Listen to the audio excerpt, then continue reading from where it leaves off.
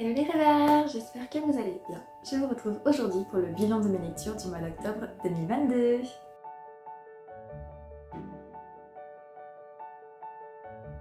Alors je suis très contente de vous annoncer que par rapport au mois de septembre, le mois d'octobre a été quand même beaucoup plus intéressant. J'ai lu beaucoup plus, j'ai rattrapé, pas le retard, mais en tout cas j'ai fini toutes les lectures que j'avais commencées au mois de septembre et j'ai fait d'excellentes découvertes que je vais vous présenter tout de suite. Alors comme d'habitude, on va commencer par les livres que j'ai laissés un petit peu à cheval entre deux mois. Tout d'abord, il y a eu effectivement le tome 3 de l'Évangile tel qu'il m'a été révélé de Maria Valtorta, que j'écoute sur Spotify. J'ai mis ce livre en pause pendant le mois d'octobre parce que j'ai lu un article sur Aletheia qui m'a un petit peu interpellée, donc pour l'instant voilà, je l'ai mis sur pause. Je ne sais pas trop si je vais continuer ou pas, mais voilà, je risque de ne pas en reparler tout de suite, en tout cas sur la chaîne. En termes sinon de livres audio que j'ai continué et terminé pendant le mois d'octobre, il y a eu 20 ans après d'Alexandre Dumas, lu par Bernard Bollet, qui est encore une excellente découverte. Je suis extrêmement fan de la narration de Bernard Bollet. J'aime un petit peu moins le contenu de 20 ans après parce que j'aime rester dans la fougue et dans la grande amitié qu'il y a vraiment dans Les Trois Mousquetaires. Mais cette suite lue par Bernard Bollet est vraiment... Enfin voilà, je suis toujours très fan d'Alexandre Dumas. Et je suis toujours très fan des Trois Mousquetaires, d'Athos, de D'Artagnan. Donc voilà, j'ai été très contente de voyager encore un petit peu avec eux pour la xème fois, puisque je lis et relis les Trois Mousquetaires régulièrement. Donc voilà, mais la lecture par Bernard Bollet, si vous ne connaissez pas les Trois Mousquetaires ou si vous connaissez, que vous appréciez, essayez la version audio parce qu'elle est extraordinaire. En tout cas avec Bernard Bollet. Je ne sais pas les autres, mais en tout cas avec cette version-là, c'est un vrai plaisir. On a l'impression d'être à la fois immergé dans le livre au théâtre et d'être vraiment encore dans une espèce d'intimité vraiment avec le livre, donc c'est extraordinaire. Pour continuer avec les lectures à cheval, parce que si vous avez vu le bilan du mois de septembre, vous savez que j'ai commencé beaucoup de livres et que je n'en ai quasiment presque pas terminé. Au mois d'octobre, j'ai rattrapé tout ça. Donc j'ai terminé déjà La Guerre des femmes d'Alexandre Dumas aux éditions Phébus, que j'ai lu en lecture commune avec Aurélie de Carnet-Poudré, et ça a été une excellente lecture, très rocambolesque, qui se situe justement, il me semble, après la série du Vicomte de Bragelonne, qui est du coup la suite des Trois Mousquetaires et de 20 ans après d'Alexandre Dumas, mais du coup on ne retrouve plus les mousquetaires, on ne retrouve plus d'Artagnan, mais on est encore dans ce contexte de la fronde et voilà, de la révolte du peuple par rapport au roi et à la régente. Ça a été hyper intéressant parce qu'il y a l'histoire d'amour qui s'est profilée dedans et qui est vraiment pas gagnée en fait. On a joué sur différents codes avec des clans qui s'opposent. Je ne dirais pas qu'on est dans un Roméo et Juliette parce que c'est beaucoup plus rocambolesque que Roméo et Juliette. Mais ça m'a clairement emportée. J'ai été très contente de retrouver la narration d'Alexandre Dumas que je trouve assez drôle, même si parfois effectivement on a l'impression qu'il part dans des digressions et on se demande vraiment où est-ce qu'il veut nous emmener, mais ce qui fait qu'on a l'impression ici aussi d'être vraiment au théâtre, de se retrouver dans des scènes qui sont croquées tant par la manière de parler des personnages que par les différentes descriptions, donc je ne peux que vous le conseiller parce que voilà, il faut se mettre dans le style de narration au début, mais une fois qu'on y est, on se laisse porter et vraiment on se laisse mettre le cœur en miettes si on est un petit peu sensible comme moi aux histoires d'amour. J'ai aussi lu Prier avec la méthode Vitose, donc je l'ai terminé puisque je l'avais commencé aussi au mois d'octobre. Donc Prier avec la méthode Vitose de Mireille Lecourtier aux éditions Emmanuel. Donc je ne connaissais pas du tout la méthode Vitose, j'en avais juste entendu parler. Ce livre m'a été conseillé par un des libraires de La Procure à Annecy où nous allons avec mon mari. Et je l'ai beaucoup apprécié. Si vous avez vu pareil la vidéo du bilan lecture de septembre, j'avais lu aussi Je pense trop de Christelle Petit-Colin, j'avais pas mal de choses à lui reprocher. Celui-ci m'a par contre totalement comblée. J'ai trouvé qu'il n'y avait pas du tout cette ambiance élitiste, il est accessible à tout le monde, peu importe que vous ayez une suractivité intellectuelle ou que vous soyez juste distrait ou que vous ayez voilà, des problèmes à gérer vos émotions ou que voilà, vous soyez trop concentré sur quelque chose, peu importe. Ce livre est fait un petit peu pour tout le monde et la manière qu'a Mireille Lecourtier de présenter les choses est très claire, très simple. La présentation dans le livre en plus est très aérée. Vous pouvez voir, voilà, la mise en page elle est très aérée, elle est très fluide, ce qui permet en fait effectivement soit de le lire rapidement, soit de le lire par petites touches et d'ingérer, enfin je dirais pas d'ingérer mais d'intégrer au fur et à mesure tout ce qui est présenté et je trouve ça hyper précieux. J'ai trouvé que c'était vraiment revenir au corps, revenir à soi, revenir à maintenant. Et pour moi c'est hyper précieux, que ça soit d'ailleurs dans la prière ou même pour des tonnes de choses. Donc rien de magique là-dedans, vraiment que des exercices pour revenir à soi et du coup pouvoir s'ouvrir à Dieu en fait pendant sa prière et pendant même tout son quotidien, parce que Dieu est dans le présent, il n'est pas dans le futur, il n'est pas dans le passé, il est maintenant avec nous. Dernière lecture à cheval entre 2 mois, il y a eu Quai des Confidences de Margot de Jubécourt en auto-édition. Alors, je vous en avais parlé en numérique quand je vous en ai parlé au mois de septembre. Et en fait j'ai tellement aimé ce livre que je l'ai commandé sur Etsy, puisque Margot de Jubécourt a une boutique Etsy sur laquelle elle peut vendre ses livres dédicacés. Donc voilà, j'ai mon exemplaire dédicacé. C'était tellement chouette que je me suis dit vraiment celui-ci, il mérite d'être dans ma bibliothèque. Donc voilà. On suit en fait Emeline, Fatou et Antoine qui vont se croiser sur un quai de train entre Lyon et Grenoble. J'ai beaucoup apprécié d'être pas très loin de la maison, vu qu'on est on est juste à côté de Grenoble. Je trouvais ça génial du coup. Et en fait, par un concours de circonstances, si vous voulez, un événement particulier, ils vont se retrouver liés tous les trois. Et on va les suivre en fait dans leur parcours de vie, dans ces moments qui sont un peu atypiques et compliqués même pour les trois. Et j'ai été bluffée. J'ai été bluffée parce que comme Paris en bouteille de la même auteure que j'avais déjà découvert il y a quelques temps, le récit est très lumineux. On aborde des questions de société qui sont des questions de société ou des questions personnelles qui sont pas faciles, qui sont même parfois tabous. Et Margot Jubécourt le fait avec une justesse et une délicatesse qui m'a beaucoup touchée, qui a ravi mon petit cœur. Et j'ai trouvé tout au long de ma lecture que c'était hyper beau, hyper doux, hyper juste.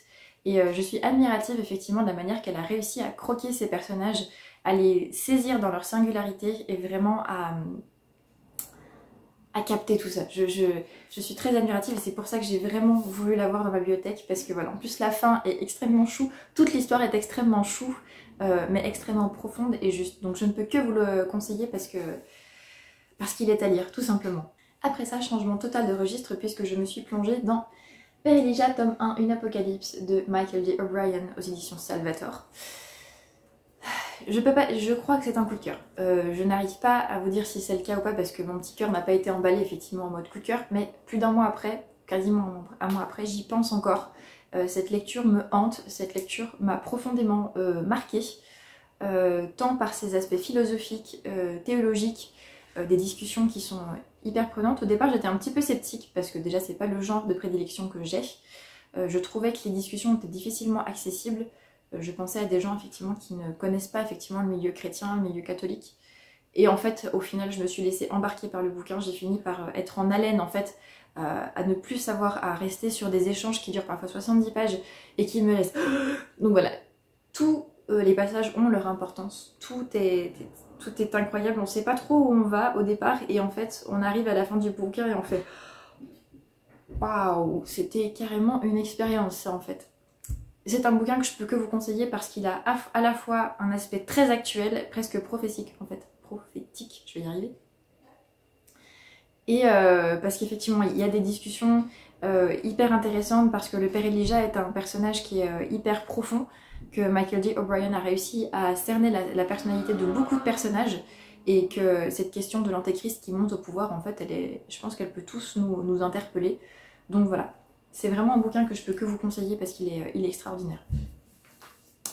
Et j'ai aussi eu la chance de lire dans la même édition, toujours chez Salvator, Père Elijah, Une Apocalypse, tome 1, La Mission. Donc en fait, d'après ce que j'ai compris, le tome 1 va être transformé en 3 BD. Ça c'est le premier opus, fait du coup à partir du livre de O'Brien, par Oswald et Doucet. Alors j'ai un petit peu moins apprécié la BD, je la trouve quand même très bien dessinée, j'aime beaucoup les couleurs et l'ambiance qui se dégage. Mais forcément, ce que j'ai beaucoup apprécié dans ce livre, ce sont les discussions philosophiques, les échanges qui durent parfois longtemps et qui ne peuvent pas être retranscrits forcément en BD, sinon on aurait des énormes BD et que c'est pas le rythme propre en fait à la BD. Donc il y a des petites choses qui sont enlevées et qui ont dû être priorisées pour le scénario, ça se sent, mais je trouve que quand on ne connaît pas effectivement Père Elijah, ça peut être intéressant. Il n'y a pas, je trouve, dans ce tome 1 encore ce côté je dirais pas de stress, de suspense que j'ai trouvé si prenant aussi dans le thriller. Mais c'est une découverte qui peut être vraiment intéressante. Et encore une fois, je trouve que les dessins sont vraiment intéressants dedans. Et que ça plante quand même les graines de l'histoire. Et je suis très curieuse de voir comment ça va être adapté ensuite pour les 2 autres tomes. Parce que c'est dans les 2 autres tomes qu'effectivement on va avoir les aspects qui peuvent vraiment interpeller un lecteur, je pense, de BD. Parce que là, au début, c'est un peu difficile de s'attacher au personnage, de se représenter les choses aussi bien que quand on est dans le thriller. Mais c'était une belle découverte et je trouve que c'est quand même un très joli travail. Gros plus aussi pour le dossier de fin de BD qui parle effectivement avec une interview de l'auteur O'Brien et aussi de ceux qui ont réalisé la BD, parce que je trouve que ça enrichit et ça donne vraiment envie. Ça augmente, je trouve, la lecture, que ça soit de la BD ou du thriller. En octobre, j'ai aussi lu Dans le cœur de Jésus, Sainte Marguerite Marie, maîtresse de vie spirituelle, aux éditions Emmanuel, et écrit par Benoît Guedas. Donc Benoît Guedas est l'ancien recteur des sanctuaires de Paray-le-Monial. Je vais y arriver. Et en fait, dans ce petit livre, il retrace chronologiquement la vie de Sainte Marguerite Marie et nous invite effectivement à rentrer en compagnonnage avec elle et à nous expliquer effectivement quelles sont les révélations qu'elle a reçues et qu'est-ce qu'elle peut nous apporter aujourd'hui. Et ce livre est un vrai petit bijou. Clairement, je connaissais Sainte Marguerite Marie grâce au livre de Clémentine Beauvais, Sainte Marguerite Marie et moi. Et en fait, le portrait qui en est dressé dedans, on se dit, elle est quand même un petit peu atypique, cette sainte. Et Benoît Guedas a totalement réussi, en fait, à contextualiser ce qu'on peut trouver de vraiment atypique pour Sainte Marguerite Marie, les comportements qu'elle a pu avoir et qui nous paraissent un peu bizarres aujourd'hui, parce qu'il réussit à les remettre effectivement en contexte par rapport à ce qui a été transmis aussi en dehors de ses écrits, dans la tradition des Visitandines. Et comment effectivement ça peut nous parler aujourd'hui. Et concrètement, j'ai été très touchée en fait par Sainte Marguerite Marie. J'ai eu l'impression de rencontrer une amie en fait et de vraiment rentrer en compagnonnage avec elle, de me plonger dans son histoire et de me dire mais en fait elle nous ressemble, on est pareil, elle a des choses à m'apprendre, donc voilà. Je ne peux que vous conseiller ce livre parce qu'il est vraiment, il est touchant, il est simple, il est facile d'accès et il est très très beau. Après ça, au mois d'octobre, je ne savais pas quoi écouter, vraiment. En termes de livres audio, je ne savais pas quoi écouter. Je n'arrivais pas à trouver mon bonheur en fait sur Audible, ça arrive.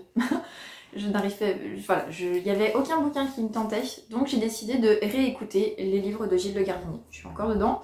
Donc j'ai réécouté Complètement cramé, lu par Philippe Résimond, et Quelqu'un pour qui trembler, lu par Fabien Briche.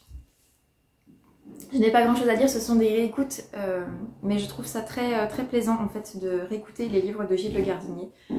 C'est un auteur que j'apprécie énormément, je suis toujours touchée en fait par sa manière de croquer les événements et je dois avouer quand même qu'il y a quelques scènes hilarantes que j'avais oubliées, donc ça fait plaisir en fait de les réécouter et je trouve simplement ça fait du bien. Je suis pas toujours d'accord avec tout ce que les personnages font, mais je trouve que c'est une belle manière de réfléchir quand même à certains événements et je ne sais pas, il y a quelque chose d'assez sympa de suivre ces destinées qui pourraient être tragiques et qui en fait sont plutôt de l'ordre de la comédie. Donc je peux que vous les conseiller parce que je trouve que c'est un retour quelque part aux valeurs sûres pour moi. En octobre, j'ai aussi lu Juliette et la Grande Guerre, tome 1, Un ruban dans les tranchées de Anne Riolet aux éditions Plein Vent. Ce livre a été une excellente découverte. Déjà, je dois vous avouer que j'avais vu les résumés et je m'étais dit « Waouh, celui-là, il a l'air génial !» Le résumé n'était pas trompeur, au contraire. Je me suis laissée embarquer dans cette histoire qui est au final assez courte, mais avec une écriture très efficace. Et quand je dis très efficace, c'est que on sent vraiment qu'il y a une maîtrise, que ça soit de l'histoire ou de la plume, qui est hyper agréable et on se laisse très facilement emporter. Voilà, je sais pas, il y a une forme de maturité qui est hyper agréable et j'ai appris encore des choses sur la guerre, sur Marie Curie, sur la manière dont c'était vécu et j'ai beaucoup aimé le personnage de Juliette qui est un personnage très fort, très déterminé pour son âge puisqu'elle a 15 ans, mais elle ose des choses. Et je ne sais pas, j'ai vraiment beaucoup aimé le contexte et la manière dont c'est narré. Ça fait à la fois très réaliste et un poil rocambolesque. Voilà, j'ai aimé cette ambiance qui n'épargne pas les horreurs de la guerre et qui pourtant est pleine d'espoir. Et je trouve qu'il y a un très juste équilibre effectivement entre les différents éléments. Donc je ne peux que vous conseiller, que ça soit pour un ado ou pour un ado un peu plus vieux, puisque voilà, moi j'ai 30 ans, presque 30 ans, et je l'ai beaucoup aimé. Donc n'hésitez pas à foncer dessus parce que c'est super sympa, vraiment. Après ça, j'ai lu Zélie Martin, Une femme moderne de Christelle Claude de Boissieu aux éditions Salvator. Donc c'est un essai dans lequel l'auteur en fait a décidé effectivement de décortiquer un petit peu la vie de Zélie Martin, la maman de Thérèse de Lisieux, pour nous la présenter effectivement sous un petit peu tous ses aspects. Donc on a l'aspect professionnel, l'aspect familial, l'aspect de la vie dans la vie citoyenne, pardon, la vie de foi aussi. Et au départ j'ai trouvé ça un petit peu déconcertant parce que j'avais l'impression effectivement de voir un seul aspect et que les autres ne rentrent pas en compte, mais en fait plus on avance dans l'histoire, plus les éléments interagissent entre eux et on arrive vraiment à avoir un vrai tableau sur Zélie Martin, ce qui fait qu'à la fin on a l'impression vraiment d'avoir rencontré quelqu'un et de l'avoir vraiment découverte sous plusieurs aspects. J'ai trouvé ce livre très enrichissant, j'ai trouvé des réflexions très intéressantes aussi. J'ai été aussi parfois un petit peu décontenancée parce que c'est un livre qui est très riche et qui a beaucoup de références, que ça soit littéraire ou culturel, et du coup je le trouve pas très accessible pour tout le monde, mais c'est un essai déjà, donc un essai n'est pas forcément... Enfin, moi j'ai mis du temps avant de me mettre aux essais parce que je savais que j'allais pas forcément tout comprendre. Mais voilà, je trouve qu'il est à la fois accessible, même si parfois on comprend pas tout de suite où l'auteur veut en venir.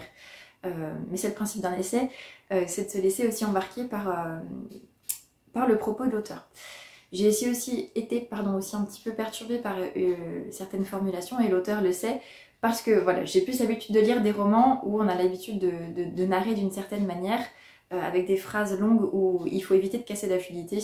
C'est pas forcément le cas là. Je pense que la volonté était aussi de pouvoir s'arrêter sur certaines réflexions, et de fait ça a bien marché parce que voilà. Au-delà de ça, j'ai trouvé vraiment hyper instructif et il a nourri ma réflexion.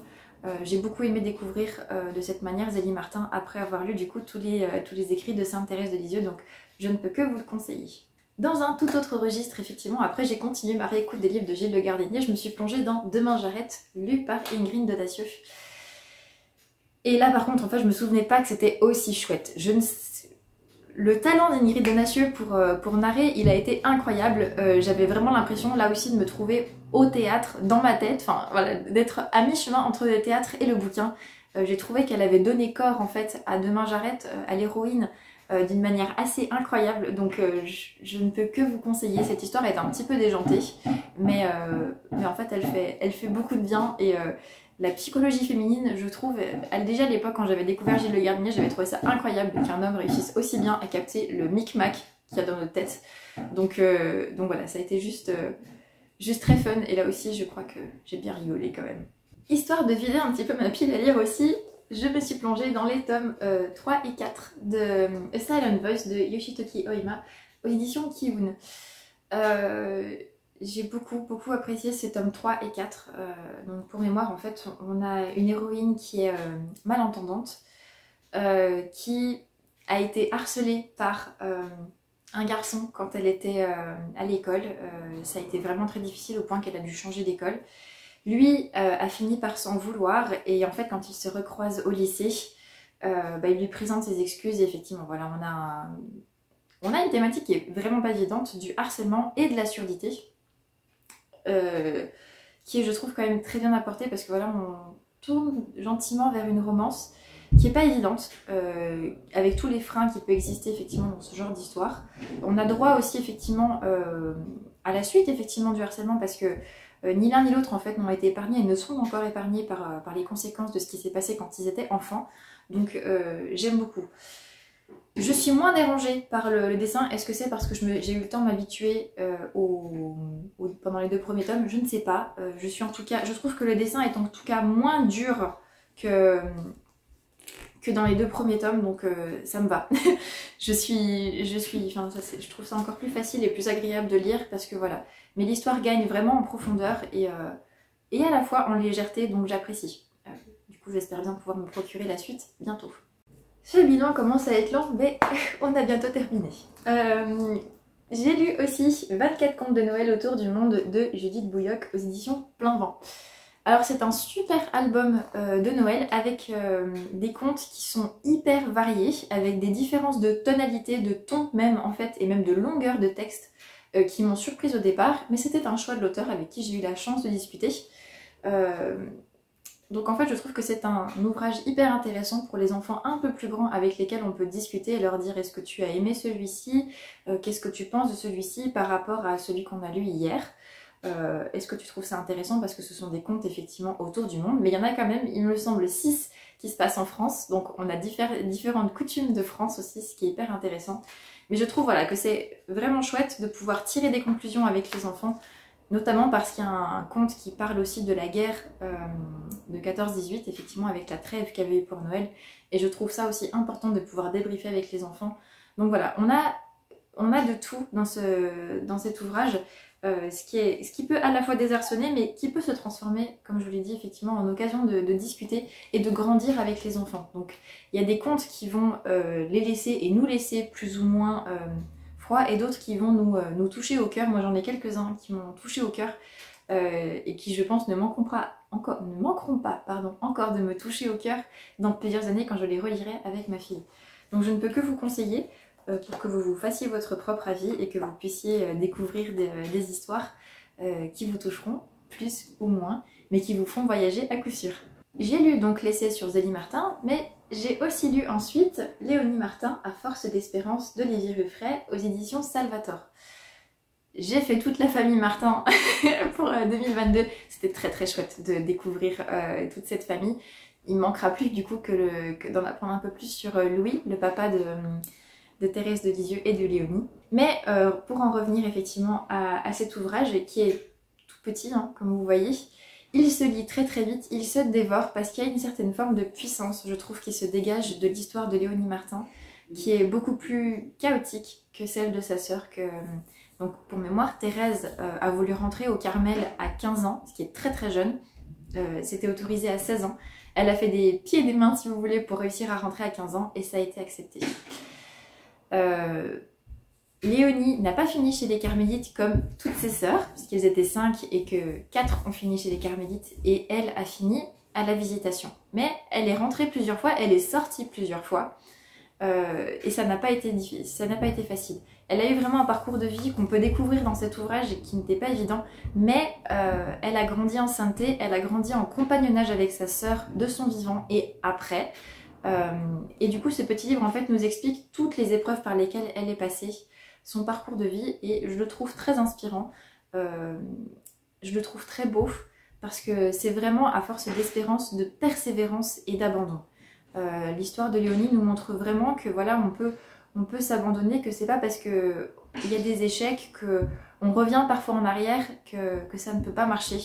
Donc voilà, et il y a beaucoup d'abandon, beaucoup d'amour filial pour le père, inspiré effectivement de Sainte Thérèse. Et je trouve ça très chouette parce que cette Léonie qui était considérée comme le mouton noir en fait de sa famille parce que c'était plus compliqué pour elle, eh ben, elle est en cours, enfin elle a un procès, il y a un procès en cours de béatification pour elle, donc c'est beau en fait, c'est beau.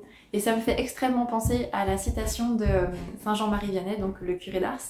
Les saints n'ont pas tous bien commencé, mais ils ont tous bien terminé, et ça, c'est une très très grande joie. Et dernier livre que j'ai lu en entier pour le mois d'octobre, on arrive à la fin.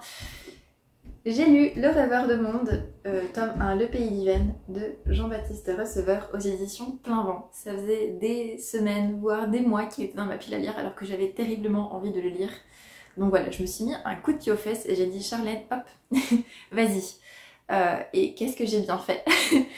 Ce premier tome est incroyable. J'ai beaucoup aimé la plume, j'ai beaucoup aimé l'univers, parce qu'effectivement on est avec Jonathan qui est capable en fait de se transporter dans le pays d'Yvenne, dans un monde fantasy, la nuit, pendant ses rêves. Et du coup il va faire partie en fait effectivement d'une aventure, je dirais pas médiévale, mais voilà, une super aventure. Et tout est incroyable. J'ai beaucoup aimé l'aspect psychologique qui est présenté, puisque Jean-Baptiste Receveur a très bien su capter effectivement le côté adolescent mais responsable. Et j'ai beaucoup aimé les différentes réflexions qui parsèment le bouquin. Donc voilà, En plus de ça, le côté aventure est vraiment, on est vraiment dedans, donc voilà, j'arrive à la fin et je me dis, j'espère que le tome 2 sort bientôt parce que j'ai quand même très envie de le lire.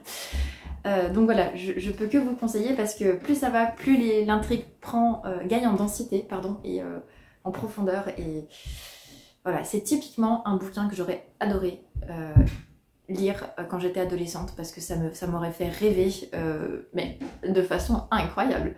Incroyable. Donc lisez-le. Et la dernière lecture que j'ai commencé à peine pendant le mois d'octobre, ça a été Ça peut pas rater de Gilles Le Gardinier en version audio, donc lu par Clémentine Dompteuil. Je n'en dis pas plus, je vous en parlerai au mois de décembre pour le mois de novembre, puisque je l'ai terminé hier, donc le 10 novembre. Novembre est déjà bien entamé. Et voilà, ce sera tout pour cette vidéo qui a, je pense, été bien longue. Je crois que j'ai été très bavarde sur les bouquins. N'hésitez pas à me dire s'il y a des bouquins qui vous font envie, si vous les connaissez, si vous avez des remarques à faire sur les bouquins que je vous ai présentés, c'est avec plaisir. N'hésitez pas à me dire aussi si vous avez fait des bonnes lectures pendant le mois d'octobre, si vous avez de belles découvertes et que vous voulez les partager. Le mois de novembre a déjà bien commencé, j'ai déjà pas mal de lectures, j'espère continuer comme ça. Et du coup, je vous retrouve le mois prochain pour le book haul et le bilan lecture. Et dans l'immédiat, faites de doux rêves et qu'ils soient en mots ou non.